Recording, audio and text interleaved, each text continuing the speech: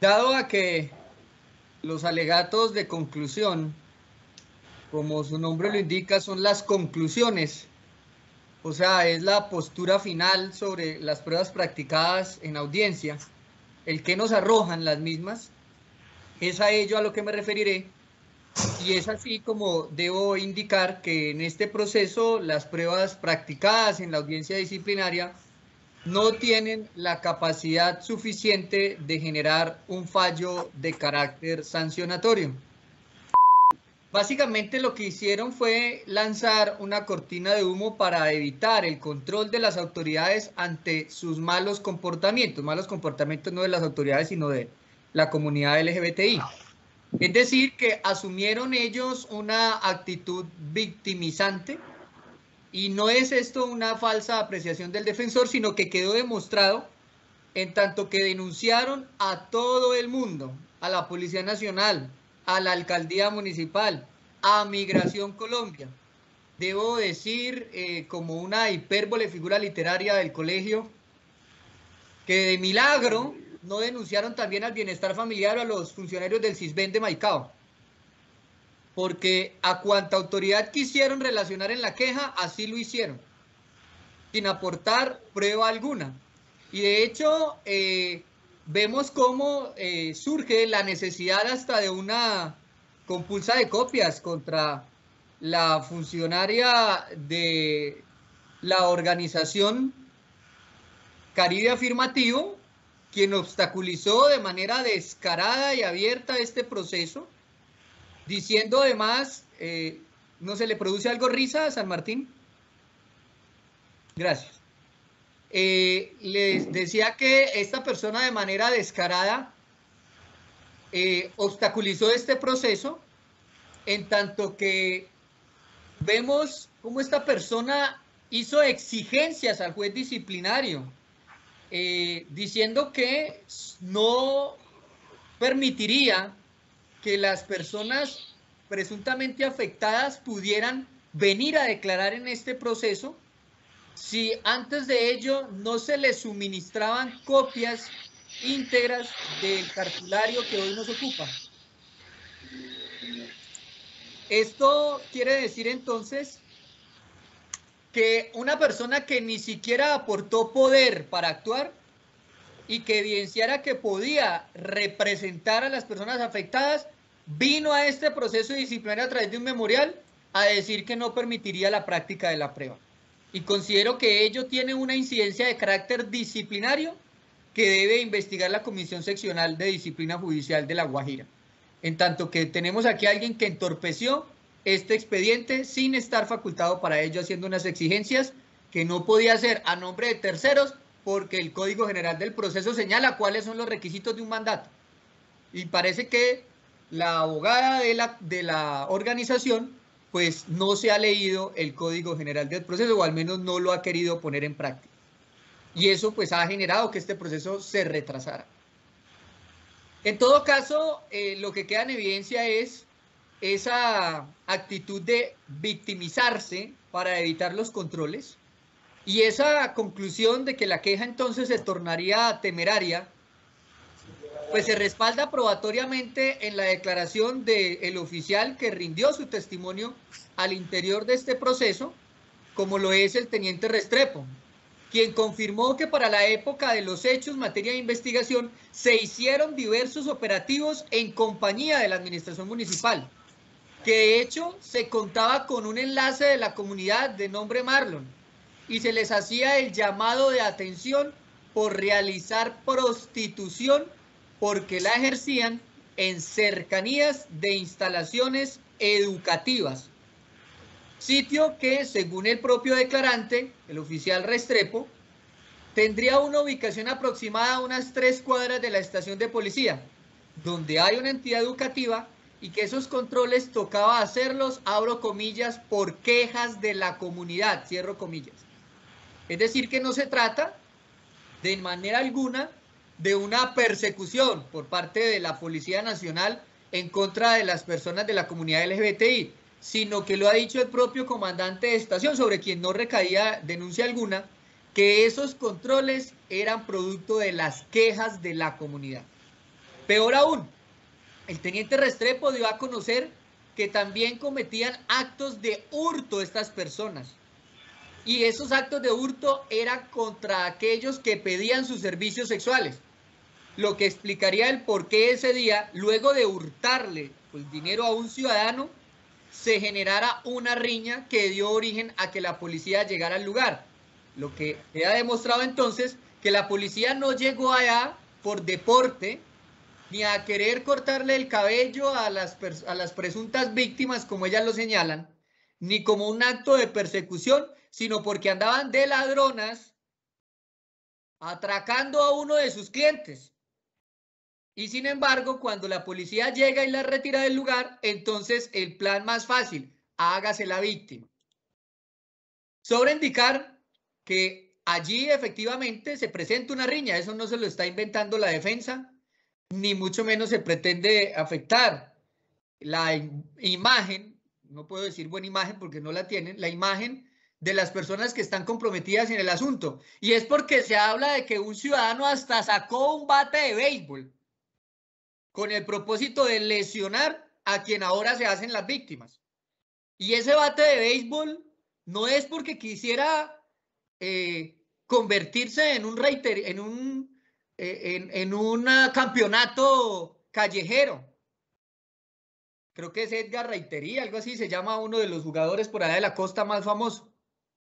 Pues resulta que no era para jugar un partido de béisbol. Era porque se estaba generando justamente la riña que hacía necesario la presencia de la policía. ¿Y será que un bate de béisbol no puede causar una lesión? Obvio sí, puede dar un garrotazo más duro del que puede dar una tonfa, hasta por el material en el que está diseñado. Y esto entonces significa que sí existía un escenario de confrontación antes de que la policía llegara. Y entonces esto permite concluir que en una riña obviamente no se dan picos. Y si hay algún pico, será un pico pero de botella. Porque obviamente si hablamos de riña, hablamos de pelea. Y como se reitera, hubo hasta un bate con la que la comunidad, es decir, la ciudadanía, persiguió a la otra comunidad, a la LGBTI. ¿Por qué? Por el atraco que habrían cometido en contra de uno de sus clientes y que luego pues les está permitiendo beneficiarse tirándoselas de víctima, aprovechando que la persona que vendría siendo la víctima del hurto pues no acude a presentar la respectiva denuncia por una sencilla razón, y es que al denunciar tendría que hacerse público en los estrados judiciales que se encontraba contratando a un homosexual para tener una relación sexual. Y ello obviamente podría generar una necesidad de exponer su vida íntima ante terceros sin saber de pronto si el taxista tenga un núcleo familiar conformado tal vez por esposa e hijos a los que no les generaría ningún tipo de agrado enterarse de a qué se dedica el padre de familia taxista cuando en vez de estar haciendo carreras se pone a realizar otro tipo de situaciones y según se lee dentro de una de las declaraciones rendidas por las presuntas víctimas en etapa de indagación preliminar, no se habría sostenido la relación por una infección en el ano. Aspecto este que está dentro del expediente, que por eso me habilita a exponerlo, pero que en todo caso muestra que podría existir una situación de pena o de vergüenza que impedía que la persona víctima del hurto ejercitara la acción penal presentando la respectiva denuncia o querella por la situación de la que había sido víctima. Por eso prefirieron el uso del bate, que la policía impidió ese linchamiento, y al haberlo impedido, pues lo que hacen estas personas es victimizarse porque el escenario del hurto pues tiende a desaparecer del mundo jurídico en atención a la falta de la respectiva denuncia. Y esa falta de la denuncia es lo que impide que los miembros de la Policía Nacional puedan realizar su procedimiento de judicialización, porque si el dueño del patrimonio que se ve afectado no materializa en un documento los hechos de los que fue víctima, el policía no lo puede poner a disposición con base en algo que a él no le consta y que quien puede dar fe de ello, pues se niega a realizarlo. Estos señalamientos entonces pues han generado una investigación no solo al interior de la Policía Nacional, que es la que aquí nos ocupa, sino también en la Procuraduría General de la Nación. Y en ambos procesos, las supuestas víctimas pues no fueron capaces de sentarse frente al juez disciplinario,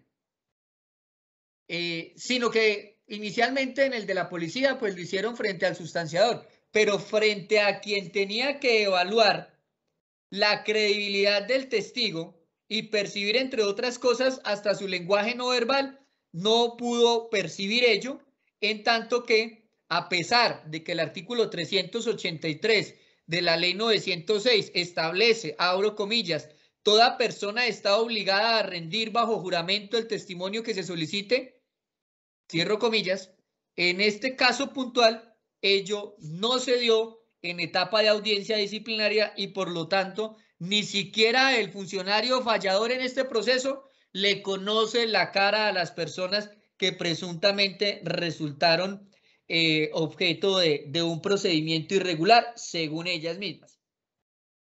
Aspecto este, entonces, que impide la materialización de aquel principio del derecho sancionatorio de la inmediación de la prueba.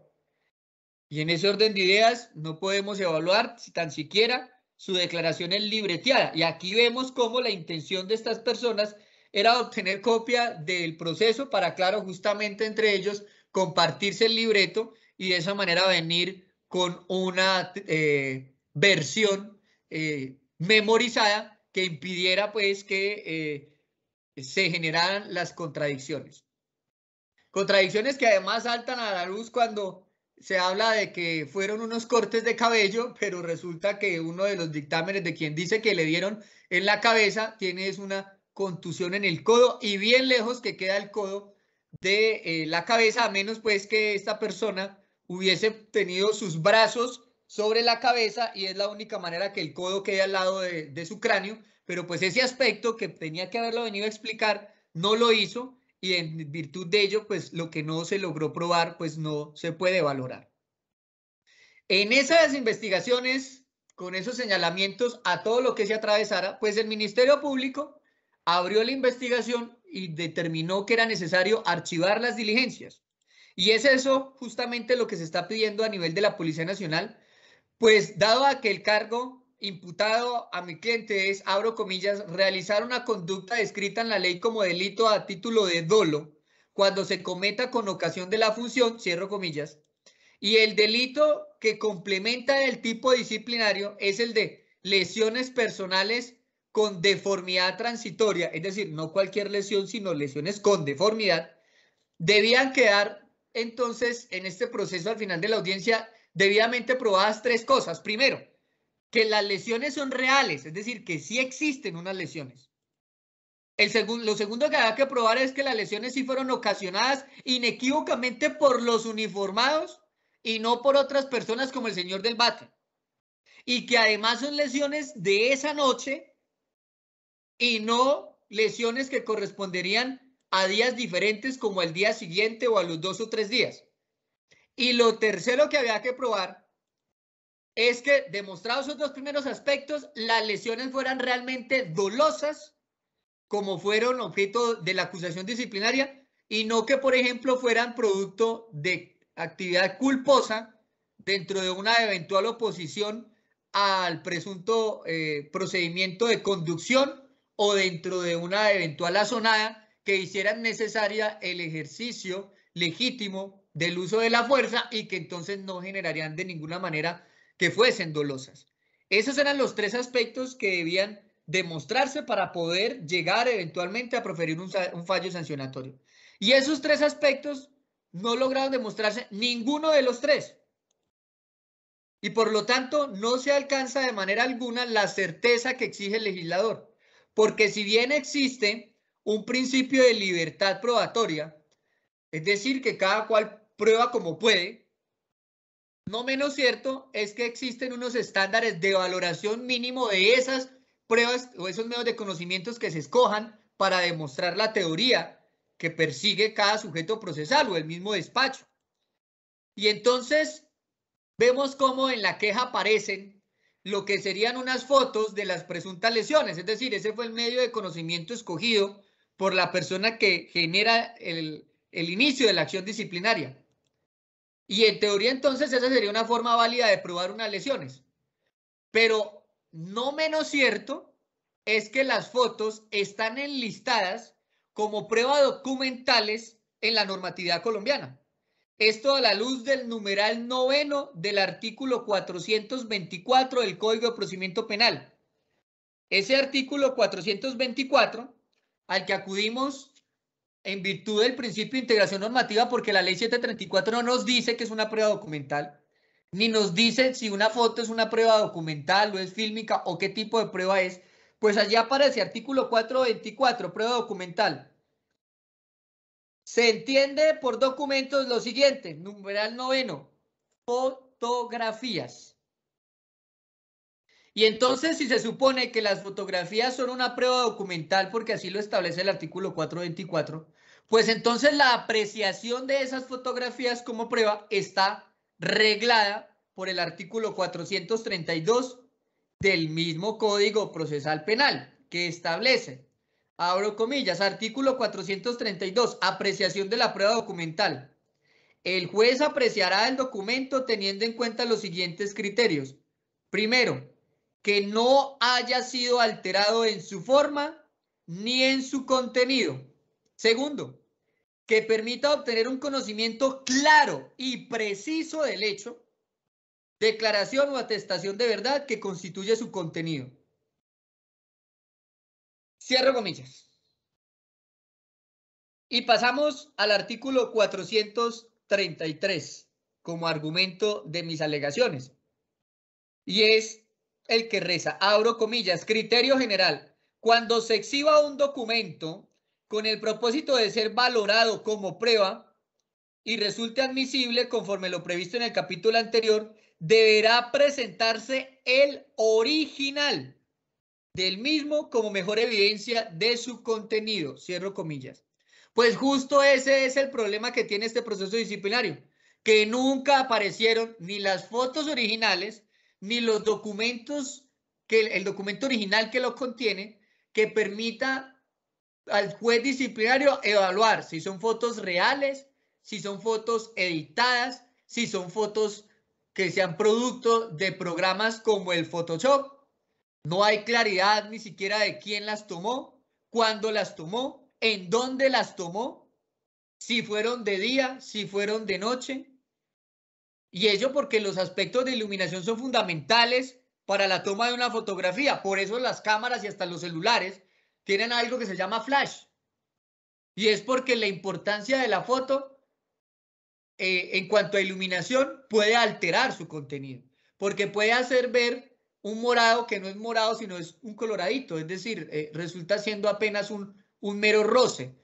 Y por lo tanto es necesario que se conozca hasta eso, en qué hora del día se tomaron esas fotografías. Y esto no es porque el despacho disciplinario no haya hecho el trabajo que le correspondía. Por el contrario, citó hasta la saciedad a la persona encargada de rendirnos esa información, pero la persona no quiso venir a declarar.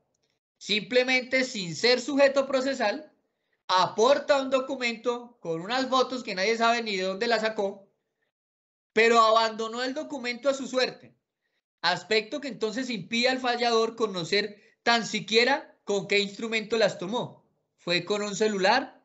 ¿Fue con el iPhone 13 Pro Max que tiene cámara cinematográfica? ¿O fue con un celular de baja resolución y que podría decirnos esto si se trata de fotos pixeladas? No lo sabemos. No sabemos si fue con una cámara profesional o con qué. No sabemos si él las obtuvo o otra persona se las pasó y él las incorporó al documento. Todos esos datos brillan por su ausencia. Y entonces esos aspectos impiden al juez disciplinario dar credibilidad a la queja, pues quien la presenta se rehúsa a comparecer a tan siquiera ratificarla. Ahora bien, las lesiones podrían tener otro tipo de respaldo dentro de ese principio de libertad probatoria. Y entonces tendríamos una prueba técnica, que son los informes periciales de medicina legal que obran el expediente. Sin embargo, aunque con ello se podría imputar el cargo, porque en sede de citación a audiencia nos movemos en el campo de la probabilidad de verdad, es decir, hasta ese escenario es válido utilizar los informes, No menos cierto es que esos dictámenes no sirven para estructurar un fallo sancionatorio, porque para esa providencia con la que se pone fin al proceso disciplinario ya no nos movemos en la probabilidad de verdad, sino nos movemos en el campo de la certeza. Es decir, que el nivel de evaluación de las pruebas alcanza un estándar mucho más alto que no logró darse, en tanto que por principio de integración normativa se hizo necesario dar cumplimiento a lo establecido en el inciso final del artículo 415 del Código de Procedimiento Penal, el cual reza, inciso final, ¿no? Abro comillas, en ningún caso el informe de que trata este artículo será admisible como evidencia si el perito no declara oralmente, cierro comillas. Este artículo se refiere a la base de opinión pericial, es decir, a aquel informe que rinde medicina legal. El problema es que el despacho hizo el trabajo, nos trajo los peritos a rendirse el informe, a sustentarlo. Pero esos médicos no fueron capaces, les quedó grande sustentar un informe suscrito por ellos, a punto que en vez de generarnos un mayor nivel de conocimiento de lo presuntamente ocurrido, resultaron fue elevando a niveles macro las dudas. Tanto así que los médicos que arrimaron el proceso señalaron, entre otras cosas, lo siguiente. En el caso de la médico femenina, dijo que antes de entrar a la diligencia, le tocó irle a preguntar a Facebook de qué caso era el informe y que vio todas las noticias de las redes sociales antes de rendir su declaración, porque su propio informe estaba tan mal hecho y tan incompleto que no era capaz su propio documento de ser la fuente de información que necesitaba para sustentarlo. Entonces lo dijo de manera explícita, que le preguntó a Facebook sobre el caso. Ah, ya, yo creí que los médicos le preguntaban a las historias clínicas, le preguntaban a los registros que dejan en el sistema del hospital donde laboran, o que su informe era lo suficientemente claro que no había que preguntarle a otro. Y si le iba a preguntar a otro, pues me imagino yo será un colega, alguien más experto. Pero no a qué dice el Face. Y esto pues ya de entrada nos muestra el tipo de declaración o del nivel de credibilidad que puede tener un perito que resulta acudiendo a las redes sociales para sustentar el informe. Además, porque esta no es la única falencia de esa sustentación, sino que la médico femenina establece que el dolor en el que reportaba el usuario tener en su cuerpo podía ser por varios factores. Si bien podía ser por un garrotazo de un policía, entendiéndose como un tonfazo, porque no suene tan horrible eso, también podría ser por cargar mucho peso. Es decir, que un cotero puede sentir el mismo nivel de espasmo o dolor en el cuerpo por hacer fuerza. Y que además, al ser interrogada por la defensa, me reconoció que ese dolor en el cuerpo también puedes experimentarlo a alguien que va al gimnasio y no calienta. Lo que significa entonces que el informe que supuestamente serviría para probar la lesión personal no nos sirve, porque tiene una cantidad enorme de posibilidades que hace creer que ese dolor que la persona reporta puede ser por cualquier otra cosa y no propiamente por un procedimiento de policía. Máxime cuando aparece en el informe lo que se puede conocer como un morado, una equimosis o hematoma. Pero al ser interrogada la perito sobre qué puede provocar una lesión como esa, me dice que ese tipo de hematomas o equimosis puede ser provocado por lo que sexualmente se conoce como un chupón, aspecto que es supremamente relevante para este proceso, porque no estamos hablando de cualquier persona, sino estamos hablando de alguien que se dedica al ejercicio de la prostitución. Y dentro del ejercicio de la prostitución, pues lo más normal es un beso succionador, que conocemos como un chupón, que la médico reconoció que sabe que es un chupón y que me establece que el chupón puede producir el mismo morado que un garrotazo. Si no se tratara de alguien que ejerce la prostitución, pues uno diría, no, pero preciso es que pues es un ciudadano que labora en otro tipo de actividades y pensar que pueda recibir un chupón, pues es algo como traído de los cabellos, sí, pero si usted ejerce la prostitución puede ser lo más normal.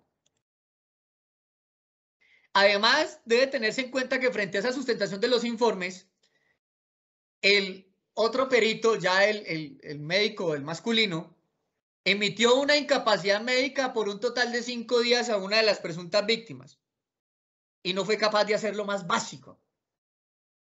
Y era decir cuál era el diagnóstico del paciente. Al punto que le pregunté de manera puntual al médico, dígame cuál fue el motivo por el que usted dio 5 días de incapacidad. Y la respuesta es, no lo sé. Y entonces surge la pregunta del juez disciplinario, si el médico no sabe cuál fue el diagnóstico por el que da 5 días de incapacidad, ¿a quién le preguntamos? O sea, no fue capaz de poner ahí si es que tenía COVID, si es que tenía fiebre, si es por una migraña. No lo puso. Es decir, que tenemos un informe supremamente negligente que no dice lo básico.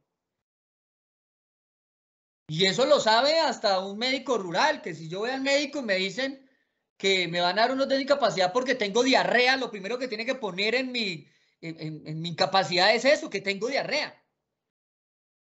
Por poner uno de los ejemplos más habituales de una urgencia.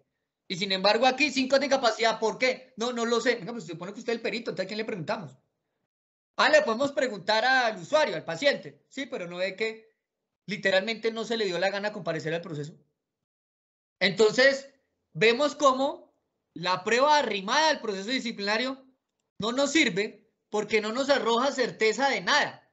Ah, bueno, sí, certeza de que los peritos de medicina legal deben recibir con urgencia una capacitación sobre rendición de informes y sobre su labor como médicos, al menos en cuanto a la realización de los documentos que soportan los exámenes a los que someten a las personas. De hecho, aquí vemos cómo en los informes los médicos decían que en la parte anal las víctimas no tenían lesiones. Y cuando se les preguntó puntualmente, ¿usted le revisó esa parte genital a las personas que valoró? La respuesta fue no. Se lo pregunté y el paciente me dijo que todo estaba sin novedad. Pero usted, ¿qué es el perito? ¿Lo revisó? No, yo copié lo que me dictó. Entonces no tenemos un perito. Tenemos un secretario que copia lo que otro le dicta. Y en esas condiciones, de ese nivel de la calidad de la prueba pericial no nos sirve, no arroja credibilidad alguna. Ahora, tenemos otro medio de conocimiento dentro del proceso para intentar mirar si realmente existen las lesiones y quién las causó. Y entonces nos vamos a las declaraciones que alcanzaron a emitir los supuestos afectados en la etapa de indagación. Y tenemos que estas personas señalan que fueron objeto de cortes de cabello al interior de la estación de policía. Pero ello fue descartado por completo por parte de las otras pruebas testimoniales, en especial la del mismo oficial Restrepo, el teniente, que cuando declaró bajo grave juramento y en calidad de servidor público, lo que le da un mayor nivel de credibilidad, dice que no vio que las PPL, Personas Privadas de la Libertad, para hacerlo más corto en mi intervención, tuvieran elementos de peluquería, ya que afirmó que este tipo de actividades se realizaban en brigadas donde asistía normalmente la personería como garante de un trato digno. El despacho Codín, para indagar sobre tales aspectos, decidió escuchar en declaración a Jacob David, quien refirió que los detenidos se peluquean entre ellos, que entre todos compraron una máquina para eso, pero que jamás la policía ha pedido prestado ese elemento.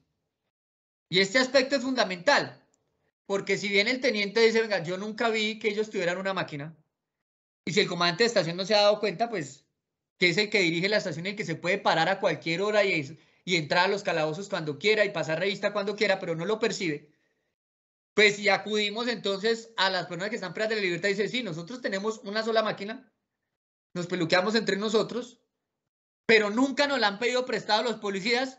Entonces, pues se hace imposible que los uniformados pudiesen tener una máquina de peluquería tarde de la noche, tirando a la madrugada, cuando ninguno de ellos es peluquero. A esa hora no hay establecimientos comerciales que lo puedan facilitar.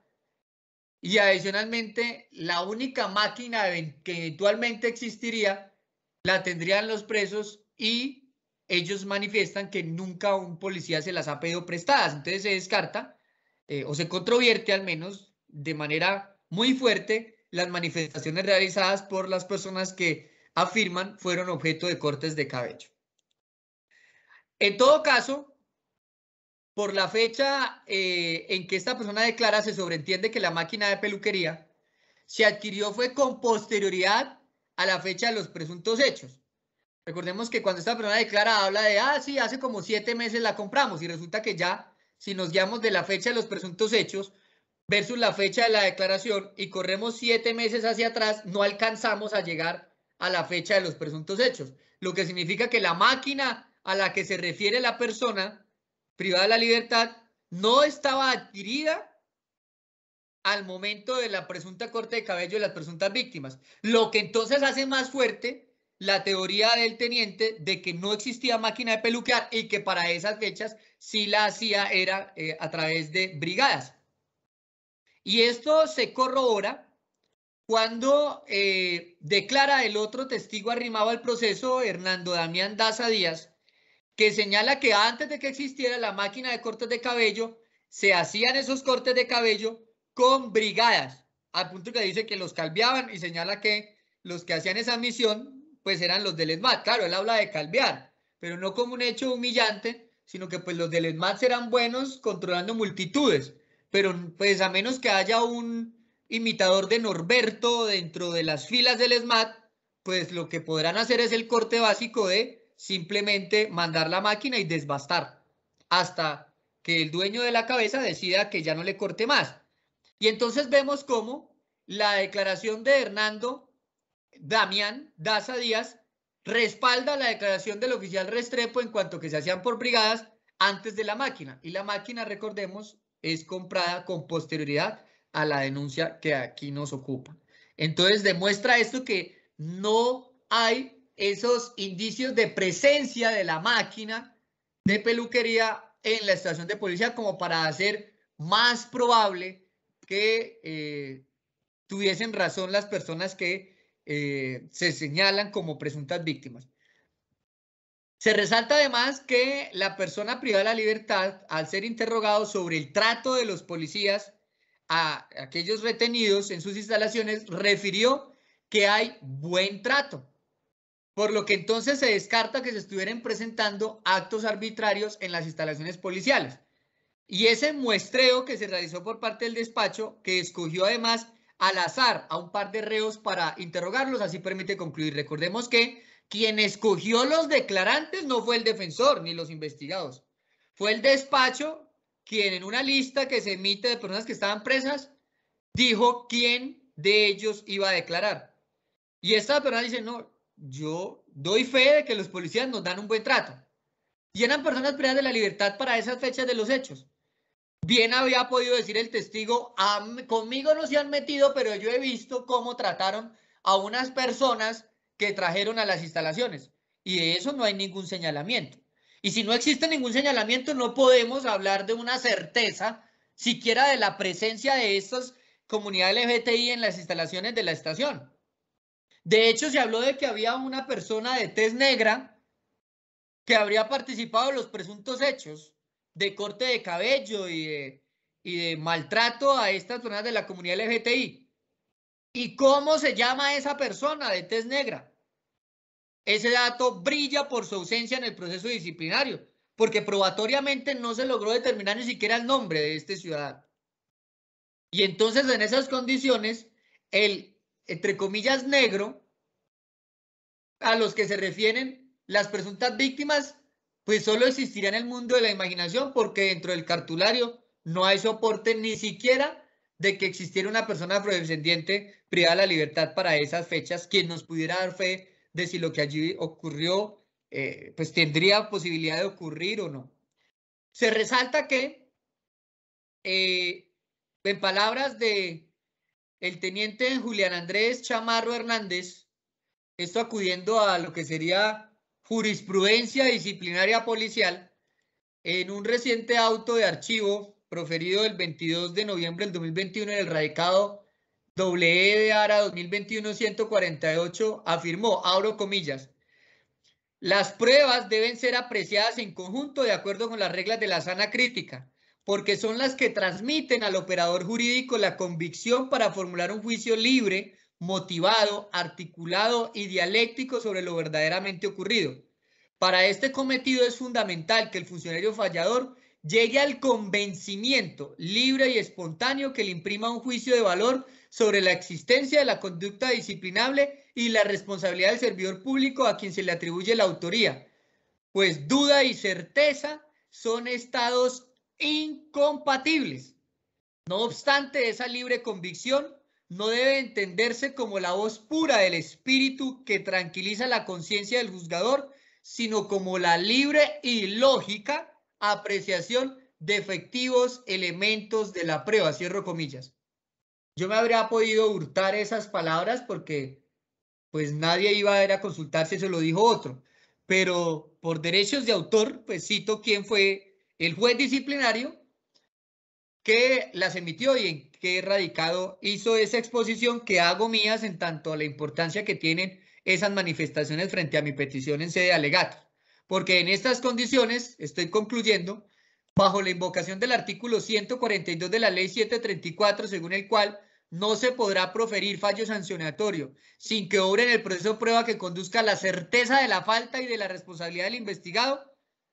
Y en este proceso, por culpa de las presuntas víctimas, la gran ausente es la certeza, porque no solo no está demostrada la falta, las lesiones incluso están en el limbo, sino que mucho menos está demostrada la responsabilidad de los investigados. Y en esas condiciones, mi petición, señor juez disciplinario, es que se absuelva a la persona que represento en tanto que no logró demostrarse absolutamente nada dentro de este proceso, más que una mera atención de un caso en donde gracias a la Policía Nacional no mataron a las personas de la comunidad LGBTI a punta de un bate. Y entonces no puede generarse que el agradecimiento por evitar que les cascaran sea el investigar a los policías por simplemente hacer su trabajo. Vemos aquí, en temas de conclusión, cómo hasta señalaron otros procedimientos viejos, por allá de enero, de otras fechas. O sea, ellos no tienen claro ni siquiera cuándo ocurrieran los hechos. Ellos querían hacer señalamientos a lo loco, a como caiga. O sea, eso era comparado con temas de polígono, como tener una diana al frente, pero echar la bala al aire. Y en esas condiciones considero que no podía ni siquiera avanzarse dentro del proceso disciplinario a estas instancias. Vemos además aquí, y es algo que no se puede perder de vista, cómo la atención médica de estas personas ni siquiera fue inmediata, sino que fue a los 2, 3 días. ¿Y cómo es que si yo salgo de la estación a la madrugada con la cabeza rajada, botando sangre, porque supuestamente me hirieron, yo no acudo al servicio médico de inmediato, sino que lo hago a los 2, 3 días? ¿Será realmente que esa lesión presunta y enredada, ambigua, que exponen las presuntas víctimas fue causada esa noche? ¿O será que fue causada dentro de ese lapso de tiempo entre la salida de la estación y el acudir al médico? Eso no lo sabemos. Y eso lo que genera es una duda enorme acerca de cómo se causa la lesión y las dudas aquí en Panamá, en Estados Unidos y donde se nos ocurra, siempre debe resolverse a favor del procesado. Que repito, el nivel de evaluación de las pruebas en este asunto, en este escenario, en esta etapa es de certeza, no de probabilidad de verdad. Y por ese motivo reitero mi petición de absolución, señor juez disciplinario. Muchas gracias. Bueno, muy amable, entonces sus alegatos de conclusión se incorporan al expediente procesal y serán el objeto de análisis en la instancia que nos corresponde. Procede a dar el uso de la palabra a la doctora Joana Patarroyo para que en uso de los derechos y las garantías que le asisten ejerzan el derecho de contradicción y defensa de sus juzgados. ¿Es tan amable, doctora, tiene el uso de la palabra? Sí, señor. Bueno, como para concluir respecto de todo lo que ha sido devenido el trámite de este proceso, probatoriamente hablando, tenemos, su señoría, que mediante auto de fecha 10 de julio del 2019, el despacho Codín de Gua decide iniciar o adelantar la investigación con el fin, dice el mismo auto, de esclarecer las circunstancias de modo, de tiempo y de lugar en que se dieron los hechos objetos de una denuncia presentada. Hechos que se relata, al parecer, fueron entre el 3 y el 5 de enero del 2019 sin tener precisión alguna del día exacto en que pudo haber sido o sucedido. Precisa el despacho que tal investigación tiene como objetivo, y es lo que más me llama la atención en este momento, esclarecer los hechos inicialmente ocurridos y además verificar no solamente la ocurrencia de la conducta, sino establecer si ella constituye una conducta disciplinaria o por si lo contrario está amparada bajo alguna exclusión de responsabilidad. Pero resulta que tenemos durante el andamiaje procesal que, en primer lugar, una denuncia que inmediatamente, y anuado a lo que dijo el doctor Daniel Meira, es que nos encontramos frente a una denuncia interpuesta por una persona o un personaje que en este caso actuó como agente de una corporación, ¿sí? Asumiendo pues que podía darse la representación de las personas, de las supuestas víctimas. Pero resulta que aquí tenemos una indebida representación, su señoría, lo cual da lugar a una falta de legitimación en la causa totalmente clara, lo cual deja inmediatamente sin bases para poder siquiera continuar, y aún así, si hubiese querido continuar el despacho, tenía que poder subsanar dicha falencia procesal, porque así hubiese podido actuado las supuestas víctimas a través de un agente oficioso o representados por otras personas. Ellas debían dar poder para que fueran representadas dentro del proceso. Asimismo lo dejó ver usted cuando, por aparte, otras personas quisieron pedirle copias del proceso y usted se las negó, porque no eran parte dentro del proceso. Y entonces, si no eran parte dentro del proceso, muchísimo menos debió continuarse el proceso con una denuncia que estaba mal planteada, o que sencillamente, si constituía la base para, procesalmente hablando, continuar con esta investigación, nos encontramos bajo una causal inclusive de nulidad que se llama falta de legitimación en la causa o indebida representación de quienes estaban aparentemente denunciando. Señor capitán, lo que se encuentra demostrado en efecto es que hubo una pelea, es que hubo una riña entre X personas. Ahí señala unos motorizados que venían, que querían darles con un bate, con palos, que venían armados, ¿sí? Que querían agredirlos y que los agredieron, porque es que en las declaraciones podemos observar que cuando ellos llegaron a la estación de policía o cuando iban en el camino, ya uno de ellos iba sangrando la cabeza.